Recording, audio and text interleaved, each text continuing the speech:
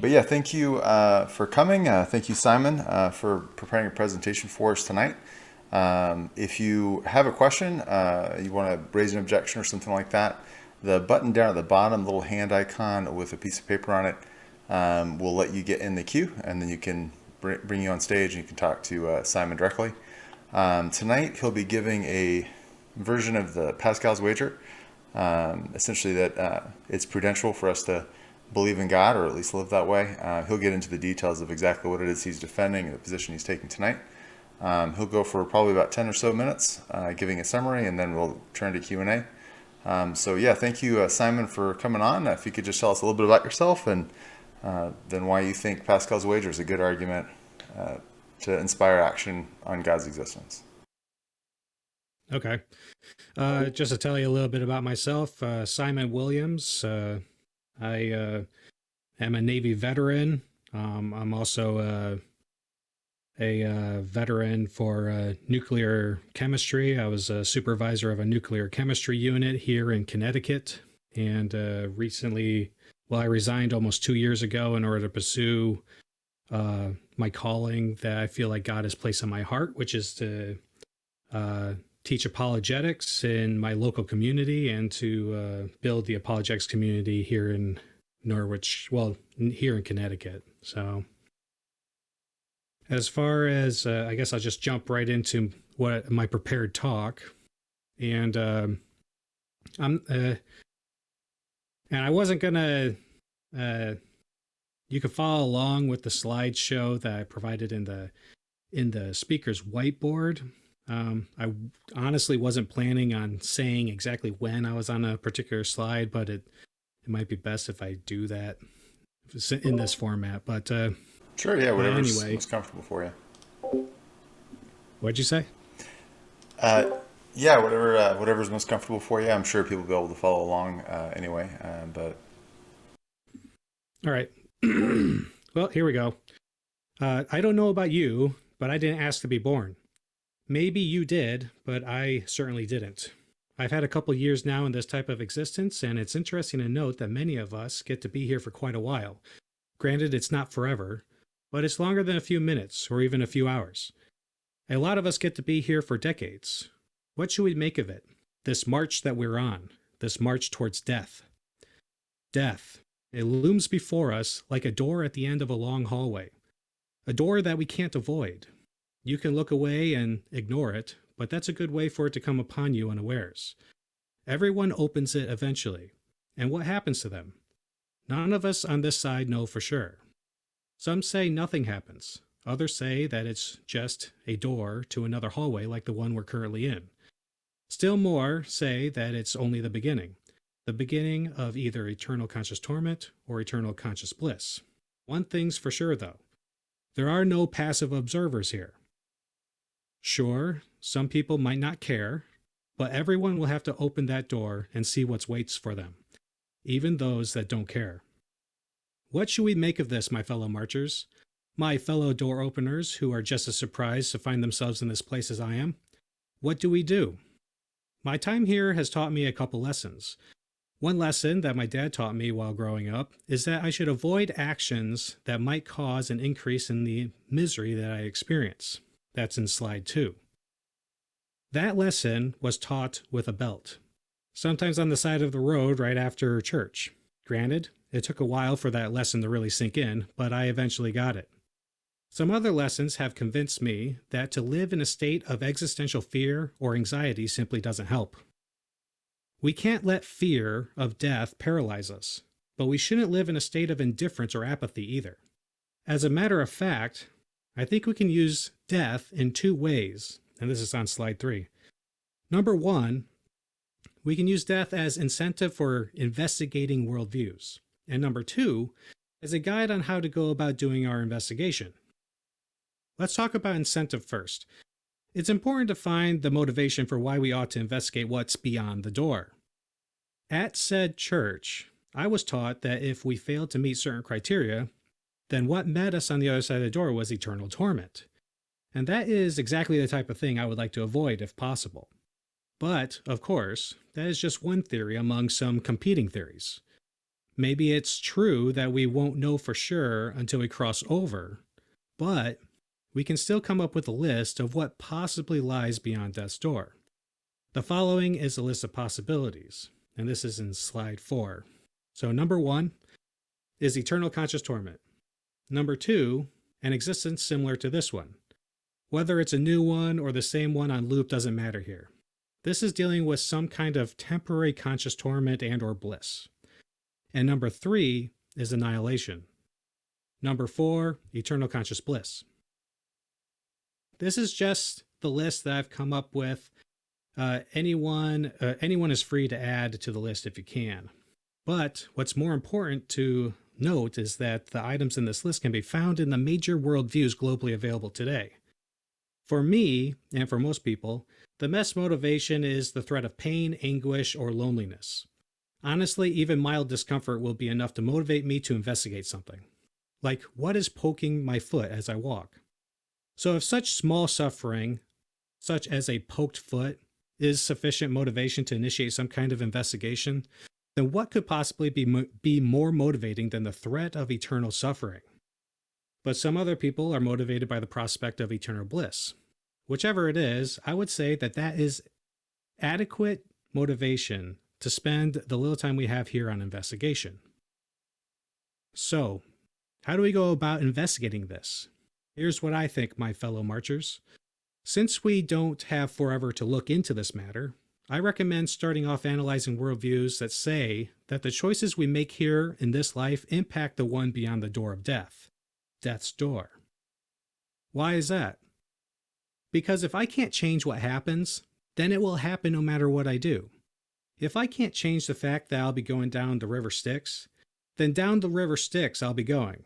If nothing happens after I die, then nothing happens. If what I believe or do has no impact on what happens after I die, then even if the worldview is true, it's not important enough for me to consider until later on. And no, this is not me saying that having true beliefs isn't important.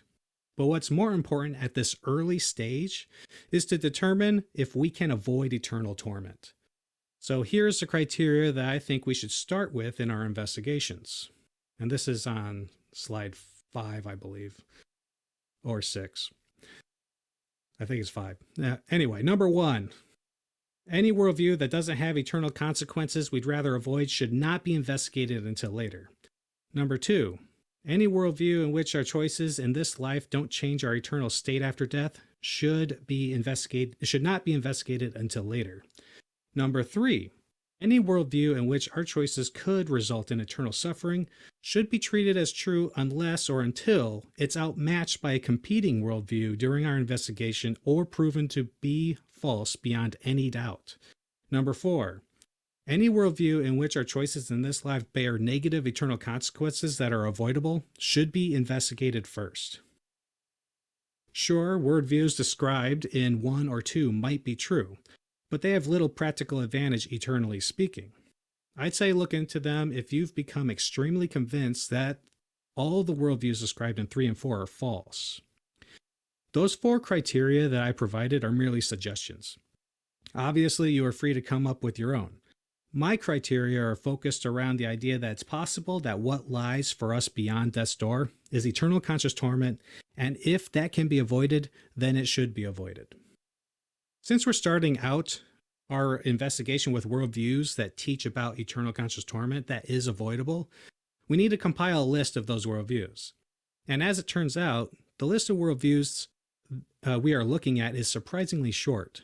Most worldviews either have no period/place of torment, or if there is a place of torment, it's a finite and or escapable. Here is a list that is relevant to the beginning of our investigation.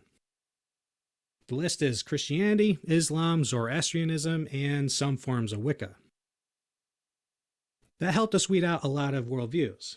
There may be others that say that avoidable eternal conscious torment lies beyond death's door, but we can't investigate them until we discover them. This list is also just to provide a starting point. Personally, I like to have my main focus on one worldview at a time. You could look at them all at the same time if you want.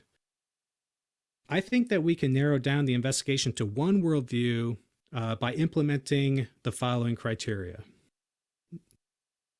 Number one, number of adherents. Keep in mind that we are not now trying to discover what is true. We are just trying to find a starting point for our investigation. So having a high number of adherents isn't a claim to the truth of a worldview. However, I think the appeal of a worldview can help direct us to our starting point. We are also living in a time where we have a lot of resources available to look into this extremely important matter. The following is a list of major religious groups: Christianity, Islam, unaffiliated, Hinduism, and Buddhism. Christianity and Islam are the only ones really relevant from our last list. The unaffiliated don't have a generally accepted worldview, so I recommend ignoring that group for now. Number 2, global diversity. Now, it seems to me that any worldview that is more diverse culturally and regionally ought to be considered first. This is because I believe that if this worldview resonates with a variety of different kinds of people, there must be something particularly appealing about it.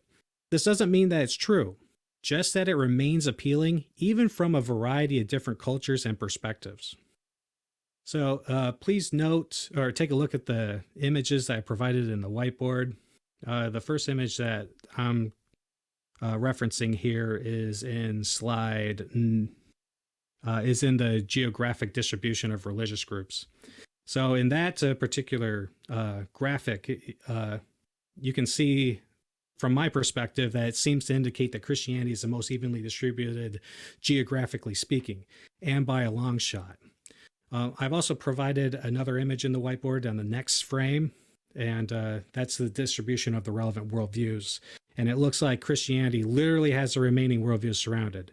So it seems to me that Christianity should be the start of our investigation. Please remember that this is my suggestion and that you are free to go about your own investigation any way you want. Just remember that while we will likely have years to look into this matter, you never know when that might get cut short. Death's door is always approaching. So at this stage in our investigation, now that we know we're investigating Christianity, our goal is to prove that Christianity is false beyond any doubt. You heard that right. Christianity is to be treated as innocent until proven guilty. It's to be treated as true until proven false. But why is that? Again, because in rejecting Christianity, we are risking eternal conscious torment. This is something that we do not want to get wrong. So we are better off assuming that it's true until we have very good reasons to believe that it is false. On top of that, all the other worldviews, except a couple listed in slide number 6, have periods or places of torment that are finite and or escapable. So even if Christianity turns out to be false, we are likely to escape eternal conscious torment anyway. Let's say, however, you think considering Christianity to be true right off the bat is too extreme. Well, that is how the process of falsification works. The main point is that we are looking to prove that Christianity is false. We are not looking to prove that it is true. And in order to prove that it's false, we need to understand that what we would expect to see if it were true, and then try to see if those expectations are met. Now, with all that said, we should start. How should we start our investigation of Christianity? I think we should start with these two questions. Number 1 is, what is the worldview? And number 2, does it make any falsifiable claims? So number 1, what is the worldview? I recommend that we start by determining what Christianity is. What even is Christianity? How do we find out? This is just a beginning, so we should look at Christianity in broad brushstrokes. We can flesh out the details later. When doing worldview analysis, I think we need to determine the most trusted sources for that particular worldview. And for Christianity, that is the Bible. Sure, there are arguments about whether to include the apocryphal writings or if the Bible needs to be supplemented with another book and perhaps certain traditions, but in all of their different lists of things that should be considered as a trusted source, all the major sects and denominations have the Bible as one of them. That means both the Old Testament and the New Testament. So for now, let's consider the Bible the most trusted source for Christianity. If you think we need to include other books or exclude parts of the Bible or all the Bible, that's up to you. So what do the sources say? There are many resources available online to help us out without reading the whole Bible.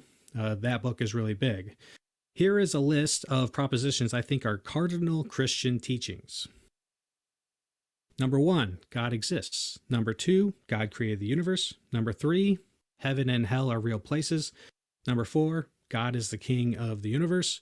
Number 5, humans have rebelled against God. Number 6, Jesus existed. Number 7, Jesus was sent by God to restore humanity to God. Number 8, Jesus was crucified for the sins of humanity. Number 9, Jesus rose from the grave. Number 10, Jesus rising from the grave vindicates his claims. Number 11, humans are to acknowledge Jesus as Lord and that his crucifixion was sufficient punishment to restore them to God. And number 12, humans earn a one-way ticket to hell for failing to do 11.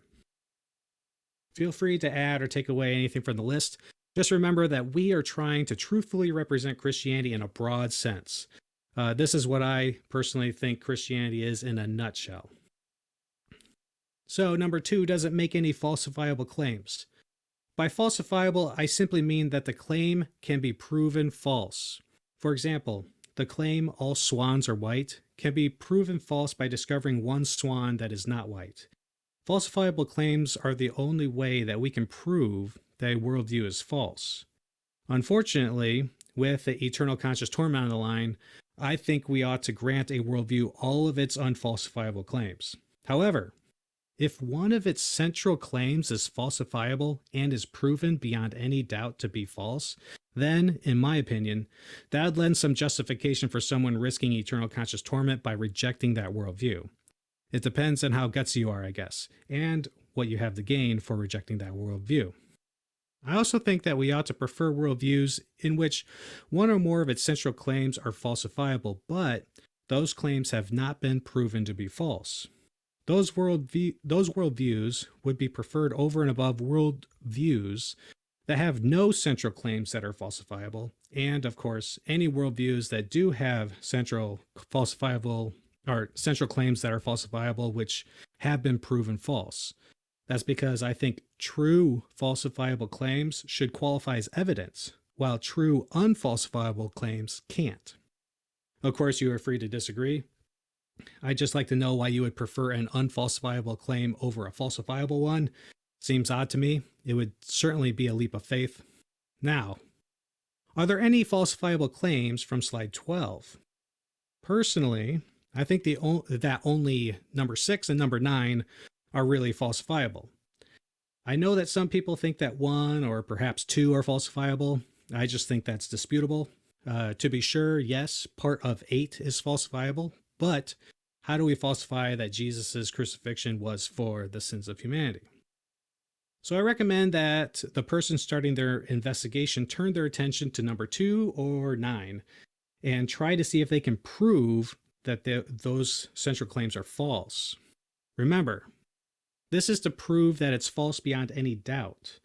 I recommend that if they do their investigation and sit back and think something like, yeah, it's very unlikely that Jesus rose from the dead, but maybe it's possible, then 9 has not been proven false. But the actual investigation of Jesus' resurrection is beyond the scope of this presentation. Thank you for listening. All right. Well, yeah. Thanks a lot, Simon. Definitely appreciate that. And if you're in the audience, what you can do is again hit the bottom. If you have any objections or something didn't seem clear, you can hit the hand at the bottom and get in the queue. One question I wanted to ask out the gate, Simon, is you said that you should assume the worldview is true until it's proven false. But it seems like that might have you assuming contradictory worldviews are true. Namely, like you have to assume both Islam and Christianity are true, despite them making contradictory claims. Or perhaps I misunderstood you. What I'm going to say is that, like what I said in my presentation, it's actually under one of my criteria, that if one of the worldviews outperforms another one, like if Christianity outperforms Islam, then you should assume that Christianity is true. But if you come across your study and you have determined beyond any doubt that Christianity is false, then I would recommend start investigating Islam, and treat it as true until it's proven false. And then proceed forth to Zoroastrianism or the different forms of Wicca, but the different forms of Wicca are that eternal conscious torment is based off of the Christian hell, so it doesn't really count. But Sure. yeah, so that's how I would go about it. And that's how I do go about it, personally. Okay, sounds good. Well, Organized Chaos is in the queue. I'll go ahead and send you the invite. Hey, Organized, how are you doing? I'm not doing too bad. I go by Chaos. Oh, okay. So, my question is one out of curiosity as to how you would approach talking to me about something similar, because I'm coming in with a few unusual presuppositions, I guess, all things I already believe. So my tradition is polytheistic. The most closely aligned to what I believe would be something like what the ancient Greeks believed, mixed with a bit of Germanic traditions. I'm pagan. And Okay. so coming from a polytheistic point of view, the idea that which afterlife you go to is based on your behavior or something that you do isn't necessarily incoherent or improbable. There are various traditions that have that. But the idea of there simply being an eternal pleasure or an eternal pain that isn't based on doing something super great or doing something super awful seems incoherent to me, because there are various gods with different wants and thoughts. And my view isn't henotheistic. I don't hold one god to be above the others. So it doesn't really seem coherent at all to me to have any judgment-based eternal pleasure or pain besides how good of a person you are, maybe, at a push. Okay. How, Were you going to continue? I guess to clarify here might be, I guess what I'm trying to ask is, Well, given I'm presupposing this, and I don't see how that could be coherent, this I'm argument is obviously to get you to consider Christianity, but I'd like to know how you could get there from where I am. I hear you. And this actual what I'm presenting here is kind of from a clean slate. So you kind of have to rid yourself of presuppositions and then kind of go with if we're considering death, like without any of our presupposed beliefs, what could lie beyond the door? And it seems to me that you have the options of eternal conscious torment, eternal conscious bliss, annihilation, or like reincarnation, something like this current life that we're experiencing. And then you want to, what I do is determine which one I would like to avoid the most. Like, is from my perspective, eternal bliss is not something that I would want to avoid. And a reincarnation status is not particularly scary to me because I know that this life is horrible, but if you just keep repeating, eventually you're going to get a better life like the one that I'm currently living, even though I've definitely had my share of hardships. Or if or if the afterlife is some sort of like mixture of something similar to this life, that is definitely preferable to something like eternal conscious torment. And me personally, annihilation is not something that's scary. So like, to me, from a blank slate, not considering, not presupposing anything, this is just to provide a guide on somebody who's really starting to investigate worldviews and saying, you know what, maybe my current worldview is false. And how should I go about starting this investigation? That makes sense. I would throw out there that a lot of afterlives from various other smaller traditions are some sort of eternal afterlife with a mixture of pleasure and pain. Yep. And there are also afterlives wherein there are souls with multiple parts. So, for example, there's a tripartite soul in one tradition that I draw from that would suggest that there are three parts of your soul, and one of them will go to an afterlife to effectively prevent you haunting Earth by accident. One is where your mind will go, and one is where your emotional side or your heart will go. And Okay. so this is obviously coming from having researched into that stuff a bit and having an idea what various different groups have believed. Yep. But those are additional, slightly more complex options that could be on the table, just to have thrown them out there for you. Okay. Well, like, what's the scariest part about those? So Like, that what is the situation that you would want to avoid the most? And is it possible to avoid them after you die? so if you wanted to look at the one that's kind of infinite but mixed pleasure and pain, that depends on what the percentages are going to be. If it's kind of just like normal life, where it's if you believe in chance up to chance, then there is no benefit beyond if you wanted eternal life, that being inherently a benefit. Um, and if you have the multiple part soul, then there actually gets into a conversation around does the earth part of your soul end up going to a painful place? And does that matter to you?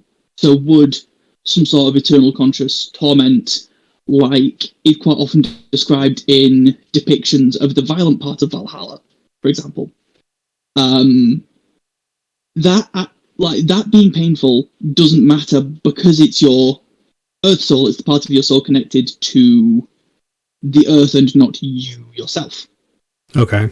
And so in this view, you could say eternal conscious torment exists and is an option on the table, but for pretty much everyone, it's kind of avoided anyway.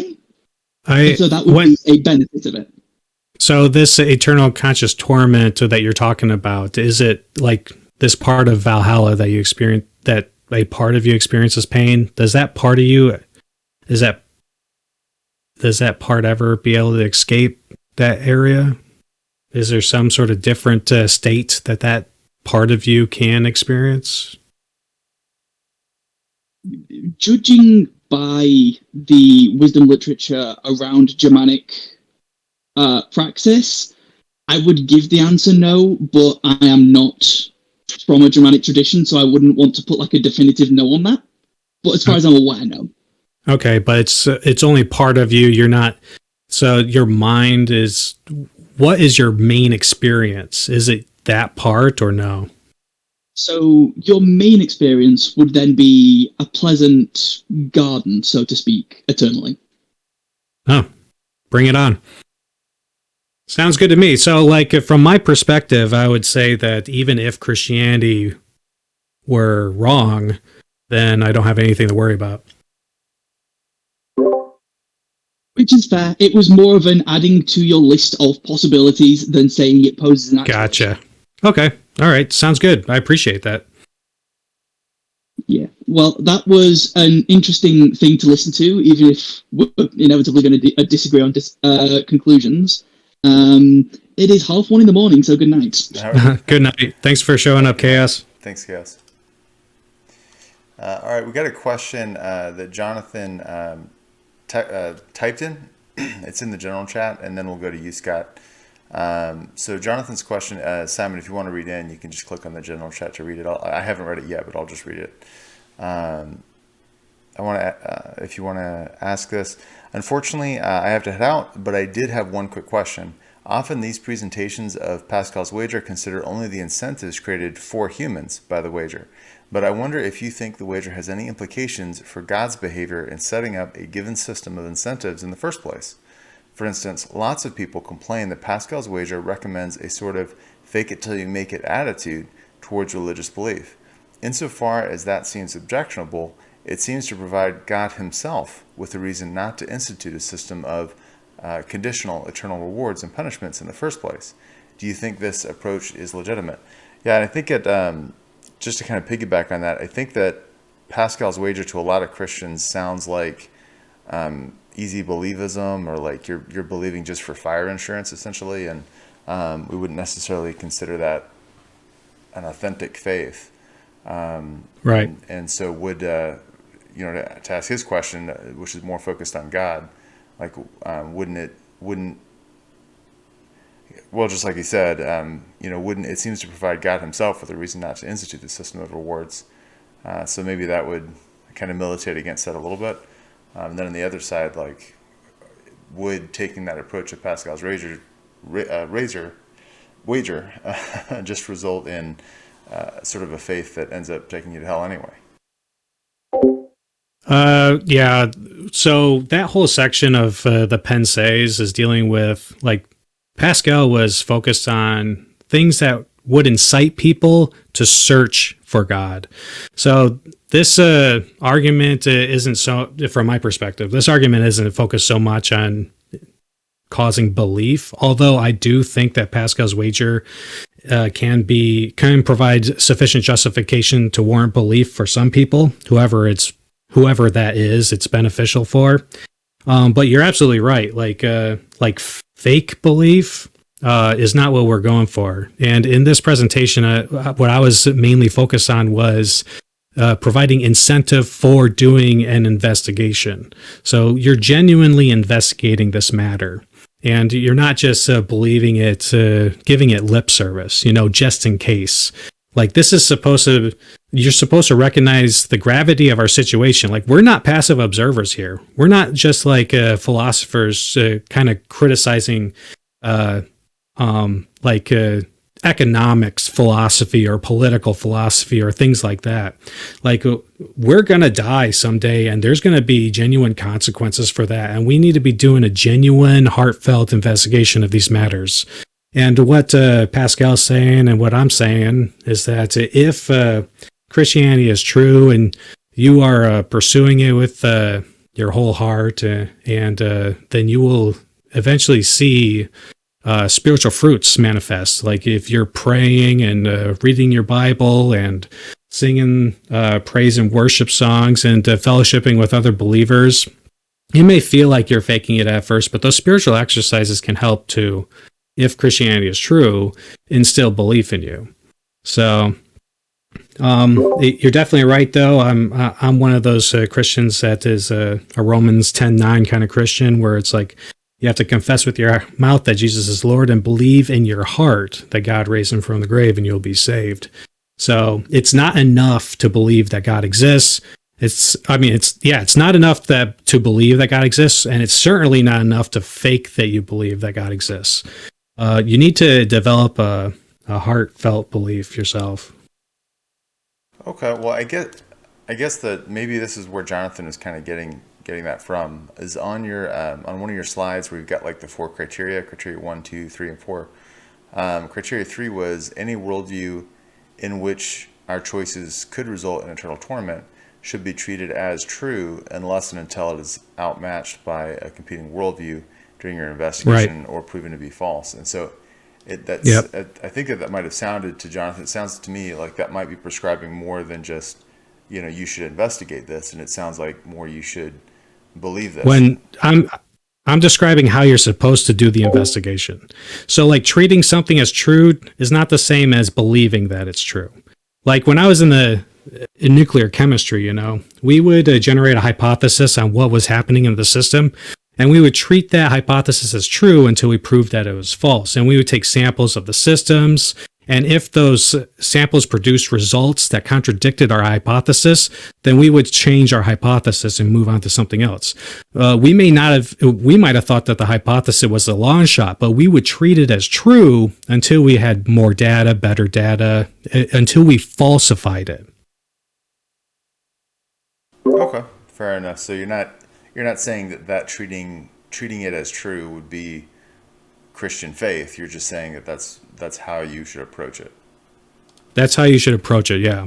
Oh. Yeah. My hope would be that you would, because I believe that Christianity is true, that you would develop heartfelt belief. But if you're in the state of your life right now where you are in a state of inculpable unbelief or something like that, then just to keep investigating it and treating it as true until it's proven false, you know.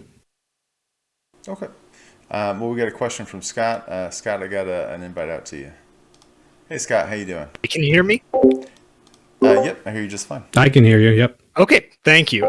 First, I want to say, Simon, those slides were excellent. I love them. I really appreciated them. It made it very organized and easy to follow. So that was great. Thank you. No, I'm actually quite serious. I wish everyone would do that with their presentations. It's extremely helpful. And then I also appreciated the well-prepared remarks. Like you were very organized in your presentation, so it's very well done. Thank you. Appreciate that. I also watched your summary video online, and it was kind of much the same points.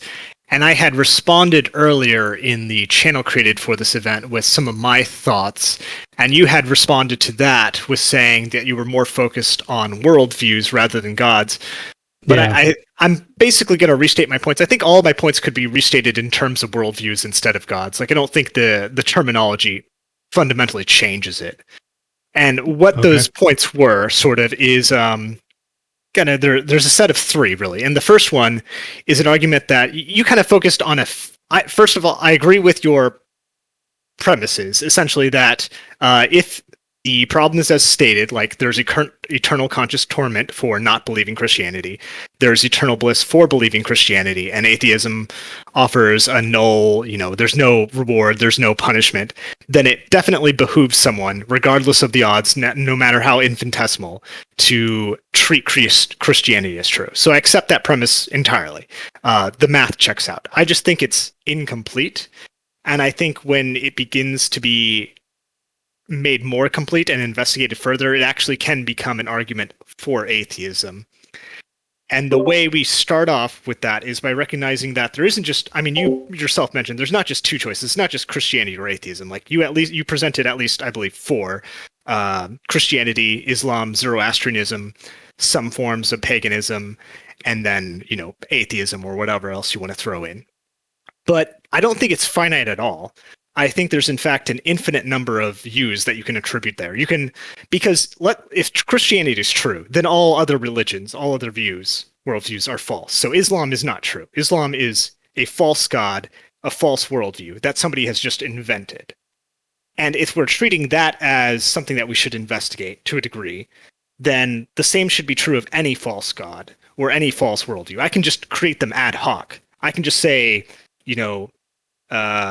the god serendipity. I just made it up right now. And I say it has the same reward schema. So if you believe in the god serendipity, you receive infinite reward. And if you believe in any other god and not the god serendipity, then you receive eternal conscious torment.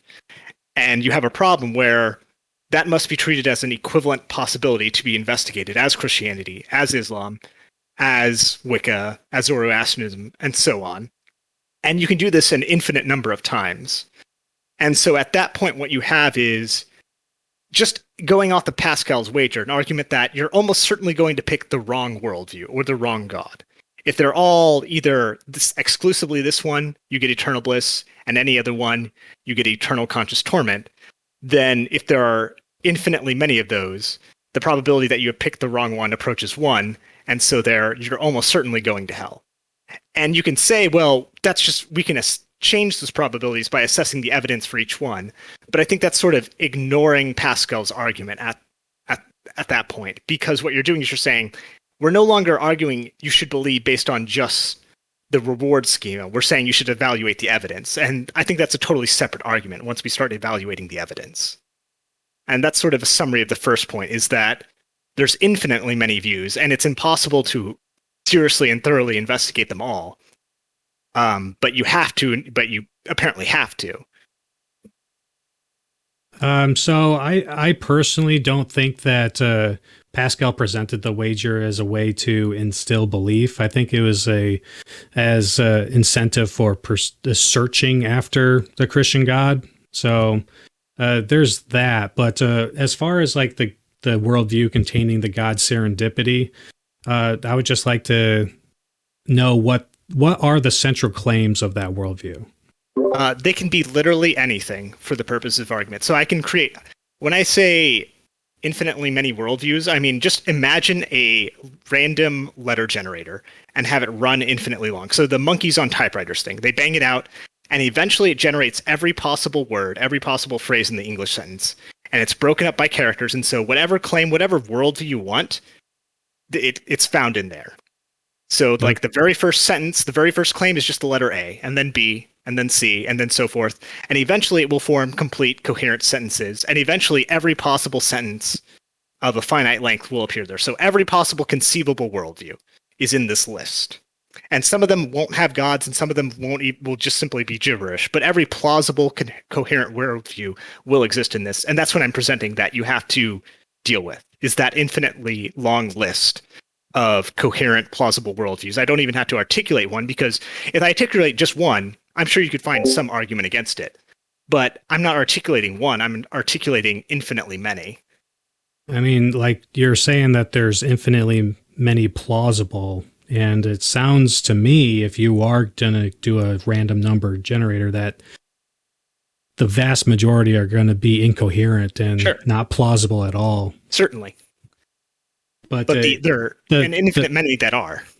Yeah, sure. But the problem here is that you and I both know that this whole program, like what you're suggesting, is only generated. Like the only reason why you brought it up was to try to defeat this argument. And what I'm trying to say is that this argument is really providing you with a guide to how to do a genuine investigation. And so we should probably focus on worldviews that have a long history of adherence, a huge number of believers.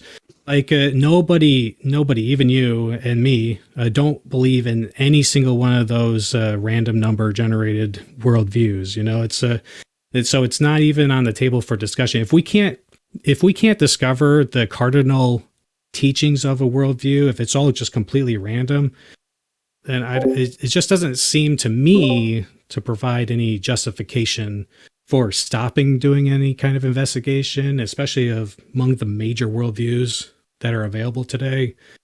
And so I just don't see why that should make somebody be an atheist. You know, like why would something as contrived as that convince somebody, you know what, I think that I will risk eternal conscious torment from Christianity or Islam because of this thing that I just made up in my head? To be extremely pedantic, we actually, both of us, do believe in at least one of those worldviews, because this includes literally every articulatable worldview, including Christianity. So unless you're rejecting Christianity is in this list. Yeah, so I assumed as much. Yeah, so therefore this list does include a worldview that you believe in. It's not, and I shouldn't say randomly generated. I should say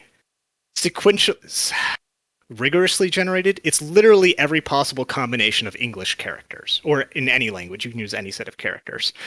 But as for why I don't think we should regard it in terms of popularity or age, because that's just an argument ad populum, or an argument that it's been around a while, so therefore it must be true. But certainly there are things we discover all the time that are new, that we've never had evidence for, never known before, but are true. Like that's basically what science is built on. Like we didn't know about Einstein's theory of general relativity until the last 100 years or so, and for, the past 10,000 years of recorded human history, we were ignorant of that, and we didn't have any evidence of that. And yet, within the last 100 years, it's true. And certainly there's going to be new discoveries in the next 1,000 or 10,000 years that we don't know now that are going to turn out to be true. There's going to be things in our worldview that are wrong. People at one point thought slavery was pretty okay. A lot of people now think it's not as okay. So we realized we were wrong. A new worldview came into being. And an old worldview, which was very popular among a lot of people and had a long history, turned out to be wrong. Yep, very true. What I'm just going to say is, did Einstein... Simon, I think the fundamental disconnect there was that you were saying that Scott's example was contrived. But I think we can preserve kind of the point I think Scott's making, and get rid of the contrived aspect of it. And that basically just comes down to like the way that religions propagate. Winfred Corcoran in his book Neighboring Faiths talks about the difference between folk religion and formal religion. Formal religion is if some unbiased person read the religious text, here's what they'd say the religion says. Whereas the folk religion is the religion that's practiced by people. And what Winfred found out was that religion is practiced vastly differently and with vastly different commitments from different communities and different people groups. Even in Christianity, today we've got a progressive wing of Christianity that essentially says if you're not Christ-like, then you're not going to heaven. And to them, Christ-like means affirming LGBTQ lifestyle and, essentially democratic policies and things like that. And so that would be like one different version of Christianity. There's also liberation theology, which says if you're not working towards a more just political society, then you're not in the Christian faith. And so even within those existing worldviews that we can't just discount as, ad hoc or generated randomly, we find a vast variety of very different takes on what is the truth of Christianity. And so I think we can still get this multiple different possibilities without having to go to monkeys on typewriters. I think, and correct me if I'm wrong, Scott, I think that still kind of preserves your point that if you're looking at that, it's not just 4 options, it's like 1,000 options, or I think so. Yeah, we can go through a lot of options. Like even within Christianity, like there are people who are perhaps, and we may, you may say they're wrong, but they may hold the view that they are Catholic exclusionists or Protestant exclusionists, where only Protestants are actually Christians and only they go to heaven, and everyone else, including Catholics, eternal conscious torment, and vice versa. I mean, you can argue over whether you consider Mormons to be Christian, and there's even things that people would say are more on the fringe of Christianity, such as Christian Scientism. Most people would consider that not true Christianity, but because even the Christianity that we're dealing with here is probably Pauline Trinitarian Christianity, and anyone who has a different, other than Trinitarian view, other than the Nicene Creed, would probably be considered a heretic and not actually meeting the requirements for salvation by at least some people.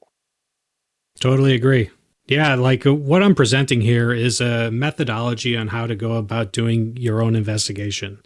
And if it comes to the point in your investigation that you're I'm a hyper Calvinist, and you become convinced of that, then you're a hyper Calvinist, or if you're more like me, where you're kind of like a Romans 10:9 guy, and if you confess with your mouth that Jesus is Lord and believe in your heart that God raised him from the dead, then you're saved, and this says, at no point are we supposed to stop the investigation.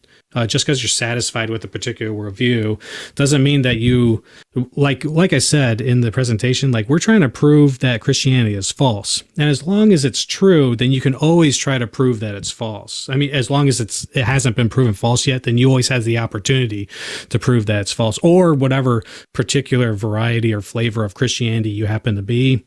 You can go about trying to knock that down. And that's what I do personally. I've changed my mind about aspects of Christianity a lot throughout my life. So I don't see that as an issue. If there are, let's say not infinitely many, but a large but finite number of worldviews with essentially eternal conscious torment as their punishment and eternal bliss as their reward. I mean, even you listed several. We could go into several mutually exclusive versions of Christianity, or even if we wanted to bring in a secular version that has been seriously considered. I don't know if you're familiar with Rocco's Basilisk, but it's essentially a secular version of that, where there's a supercomputer in the future that, if you don't help bring it about, will punish you eternally for not helping it to come into existence. It's a secular version of that. But there's a lot of these. And so they each have to be evaluated. But once you start putting in more, the probability of each one goes down. You're approaching a 0 probability of being correct. And so therefore, you're still behooved to believe in one of these, because maybe you'll get the right one.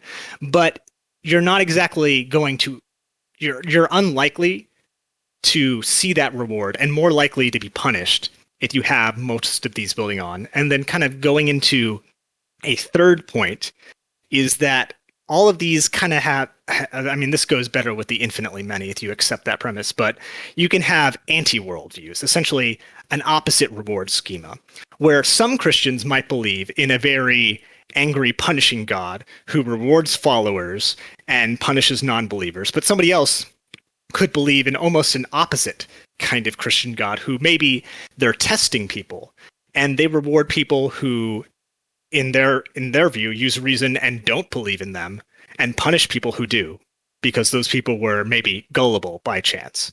And so what you have is a possibility that is the antithetic, is the opposite in its payout schema. You are rewarded for not believing and punished for believing, and it's equally as likely as that other possibility and has all the equal evidence for it. And so that kind of counteracts the thing. It's the Pascal's wager. It's no longer behooving you to believe at all. At that point, it makes no difference what you choose, because although there is an extreme reward and punishment, there's also an opposite extreme in reward and punishment. There's a chance that you flip the coin head, you'll go to hell. There's a chance that you flip the coin tails, you'll go to hell, and you have to flip it. So it doesn't really. You don't know. You're gambling at that point, and there's no sense to choose one option over another.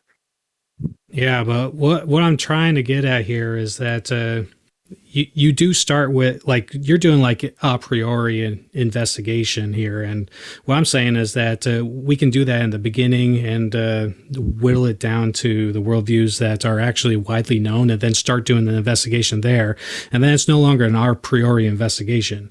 If you're looking at central claims for a particular worldview, then, and if any of those claims are falsifiable, then you should be trying to falsify it. Like it doesn't, to me, it makes no difference if it's if somebody comes up with everything that you're saying. Like why that doesn't help the investigation. Nobody like, it doesn't make any sense. And if it becomes a a barely if it's almost impossible for me to choose, then it's unavoidable. It's no longer an avoidable punishment as eternal conscious torment. So what we're focused on is eternal conscious torment and whether or not it's avoidable.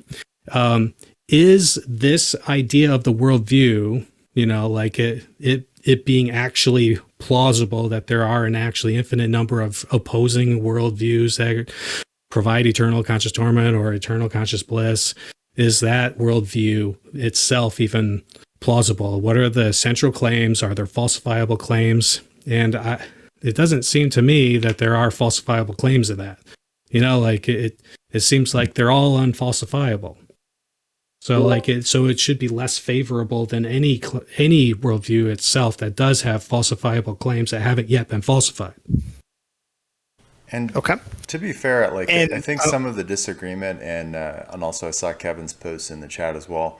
I think the assumption is, to kind of go on the other side here.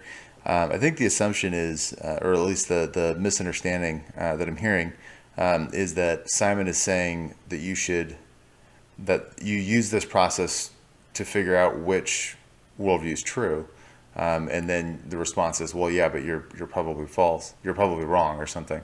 And I think that Simon's saying, well, it's not that you figure out which one's true. It's that you figure out which one to investigate first. And so if there are infinitely many worldviews, then, Simon's schema would give you a way to rank them, or a way to order them in the order that you investigate. And no matter how many there are, whether there's 1,000, whether there's 1,000,000, whether there's infinitely many, that just means you won't get to the end of the list. That it wouldn't have any impact on which ones you start with. You could still start with one, and it's like how to eat an elephant one bite at a time.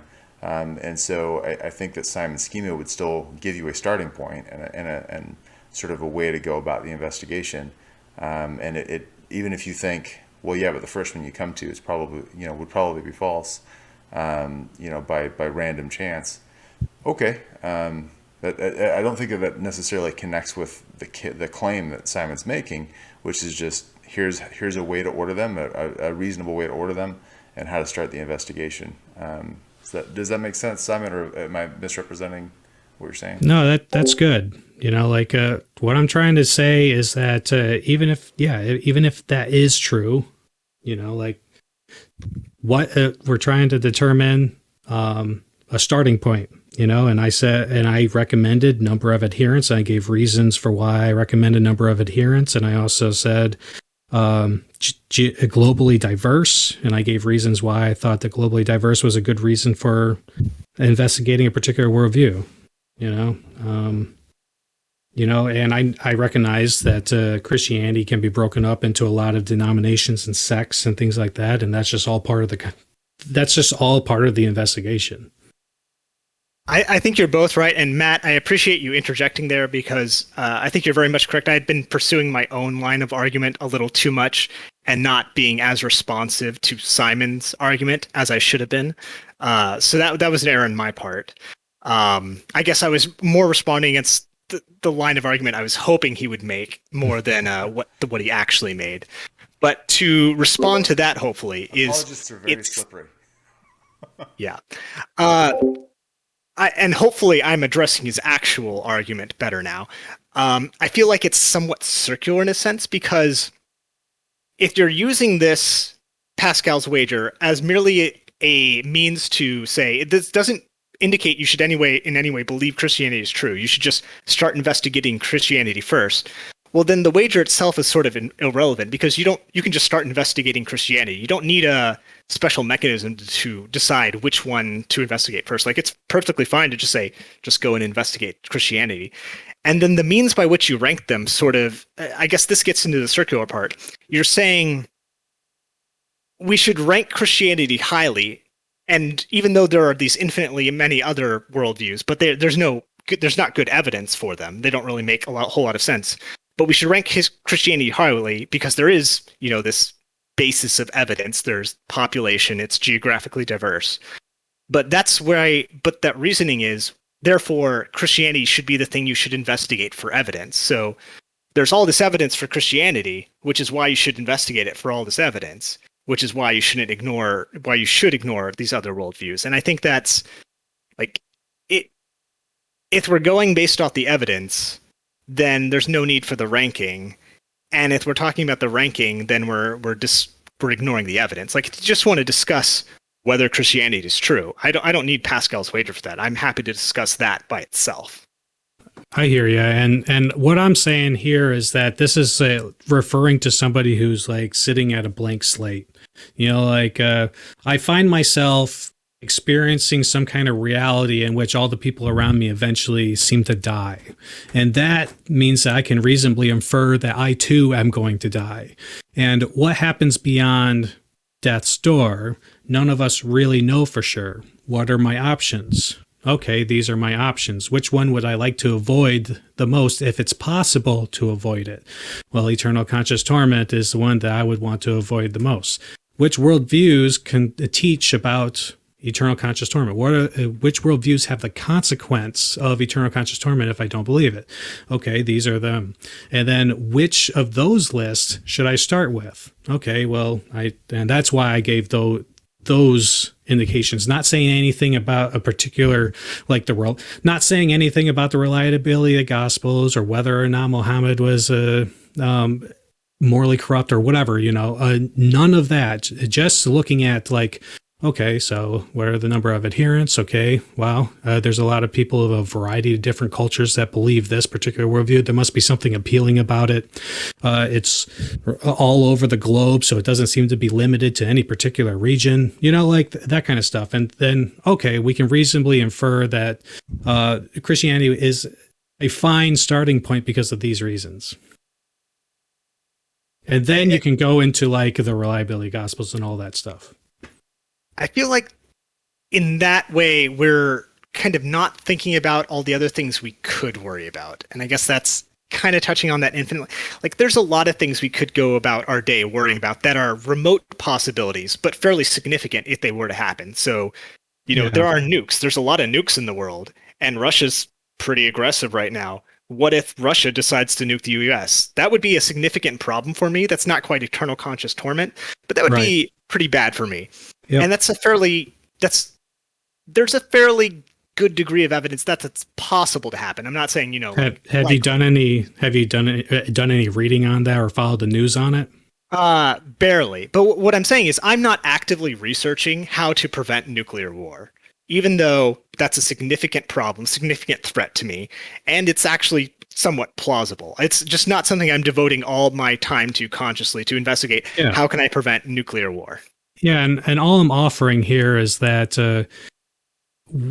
death is unavoidable, and it's a prudent thing to do this investigation because nuclear war might not happen, but we are definitely going to die, So like this does warrant some kind of investigation from my perspective, and it's just a prudent thing to do. If the United States was launching missiles and Russia was launching missiles into Alaska and stuff, we might be more interested in researching what to do if a nuclear, I already know because I worked at a nuclear power plant, but we would want to investigate that stuff if we had more evidence that it was going to occur more inevitably. Nuclear war at this point does not seem to be as inevitable as our own death. Well, I agree death is inevitable, but I don't agree eternal conscious torment is inevitable. And that's kind of I'm not saying that either. I'm not saying that either. What I'm saying is that it seems to be a possible condition, and all the other possibilities I'm not worried about. If it happens to be the case that I die and I'm annihilated, I don't care. Personally, I've gotten to the point in my life where that is just not a scary outcome to me.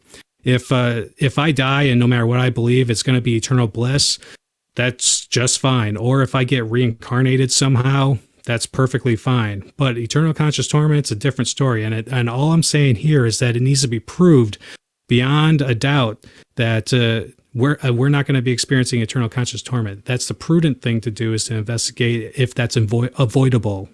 And if it is avoidable, then to work towards avoiding it. That does take resources, though, time, effort, and energy. You expend, if you're going to in any way be involved with Christianity or any religion, you're probably going to expend some amount of time on it, even if it's a single second to think, I believe in this God. Yep. So, and we have finite lifespans. That we know for sure. Yep, for sure. I'm spending some portion of my known finite lifespan, which would be wasted if this possibility turned out to be false. I don't think so. Even if it were to be the case that I'd be annihilated, I don't feel like I've wasted my life at all. I've lived a really interesting and full life, being in the Navy, going overseas, going to the North Pole and everything like that, and believing God for some of it. I was an atheist for a while I was in the Navy, and then doing nuclear power plant, being a supervisor and all that stuff, and believing in God through it, and having a lot of friends. And I get a lot of intellectual and emotional satisfaction from what I believe. And if I died now and I was annihilated, one, I wouldn't care because I was annihilated. But two, even if I could, I wouldn't feel any regret personally. Is someone who believes in Islam then, which has a similar sort of payout structure, and I would argue similarly plausible to Christianity, fairly equivalent, at least in terms of the criteria you specified. It's geographically diverse. There's a large number of followers. Do you see the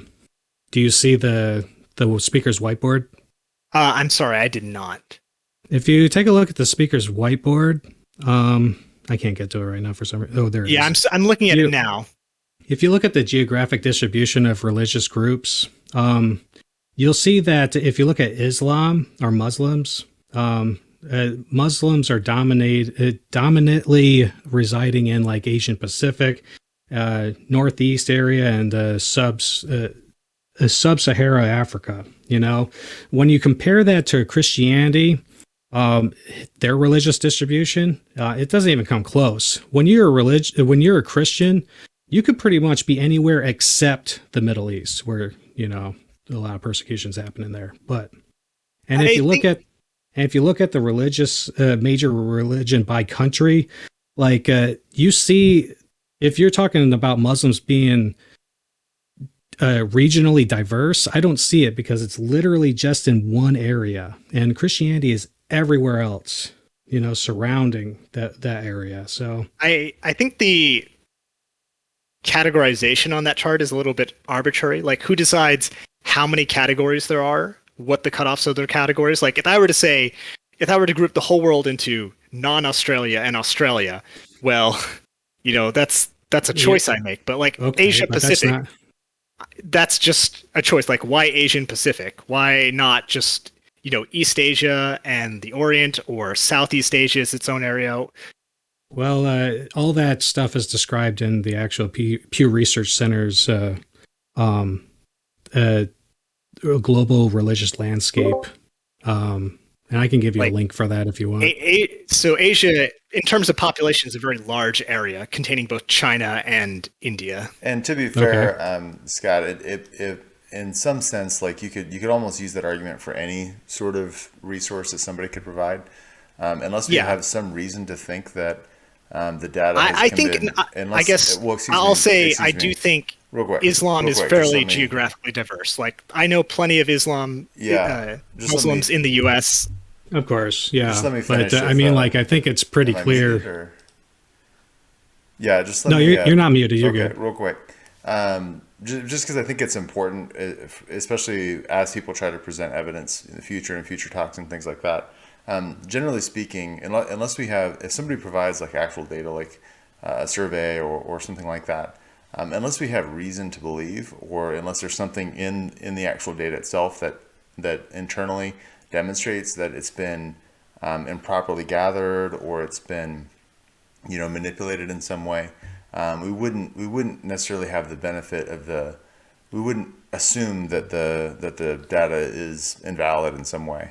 And so, unless we have some reason to think that, for example, it says Asia Pacific, if we divided out Asia, Central Asia and the Pacific Rim of Asia, then we would get vastly different numbers. Unless we had some reason for that, there wouldn't necessarily be an objection to the data provided. I guess what I would be arguing is, how do you draw the cutoff as what qualifies as geographically diverse? Because everyone on that chart could be ranked by some form of measurement in terms of how geographically diverse they are. And if you're going to say everyone below Christianity doesn't count as geographically diverse, and everybody Christian and up does, that seems like a very specifically chosen deadline. So just as a point of order for these kinds of discussions, unless your contention is that there is a religion that isn't on that list that's more geographically diverse than Christianity, I would want to know what that is, unless you have reason to believe that had these geographic distinctions been made differently, then it would be Islam that's more diverse, or it would be Hinduism that's more diverse. Just as a point of order, that would be the kind of objection that we would need in order to just toss out a piece of evidence. I could raise different objections. I think Islam is a fairly populous religion with a fairly equivalent history to Christianity in terms of how long it has appeared in the historic record. So nearly 1,400 years, 1,400 years, and also it is currently the fastest growing religion in the world, exceeding the growth of Christianity. And so therefore that's probably a point in favor of considering it, at least in terms of being on par with Christianity. Totally agree with you.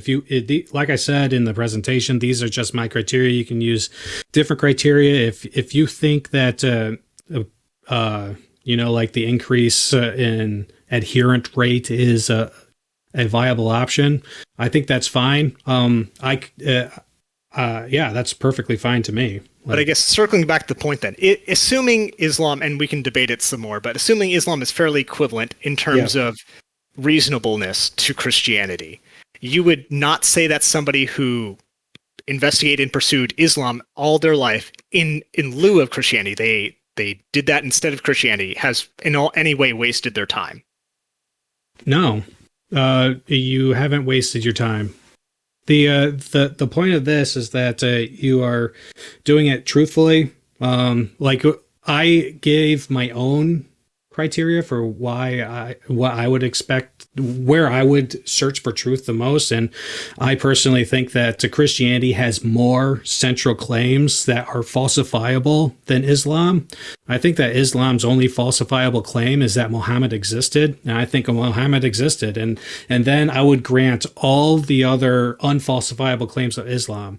And I think that Christianity has two falsifiable claims that haven't been falsified to my satisfaction. One of them is that Jesus existed. I definitely think that he existed, and that he rose from the grave. I definitely think that he rose from the grave. That has not been falsified to my satisfaction as of yet.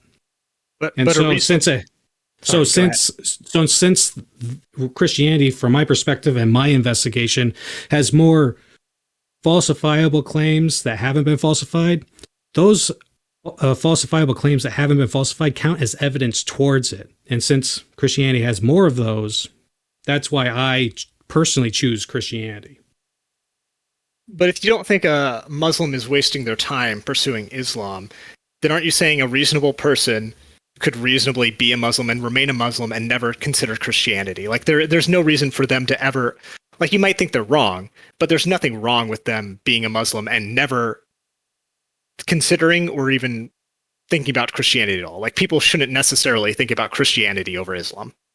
I'm saying that I think that you should investigate the worldviews. You know, like that. I've investigated Islam personally, and I think that you should investigate all the worldviews that talk about eternal conscious torment. But I mean, like, you know. But they continue to investigate only Islam because they think there's that much to investigate and to understand about Islam, and they never move on to Christianity. That's reasonable for them to do? I don't know if it's reasonable for them to do that. I would think that you should definitely investigate the other worldviews, like I have personally. But you know, I should look into that challenge a little bit more. I haven't considered that one, I don't think. I guess I don't have anything more to add. If Matt wants to bring in another guest or has some questions he would like to discuss with Simon, but I very much appreciate your time, and thank you so much. Thanks, Scott. Appreciate it. Yeah, thanks. Appreciate that, Scott. Appreciate the exchange, and I like that. You know, we can have disagreements and remain cordial. There's, I think, a lot of places on the internet where people can't even state their views without getting shot down. So I appreciate that. You know, both you guys were very cordial and respectful, even in your disagreement. So. We are getting closer to the end of time. So, Simon, if you want to kind of just give like a bird's eye view once again, like what's the basic, in a nutshell, claim that you're making, and then any other closing points before we call it a night. Okay.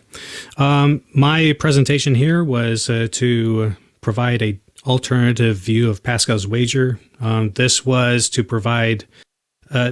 say that Pascal's wager is to provide prudential warrant in order to do investigation of worldviews and what potentially lies for us beyond death's door.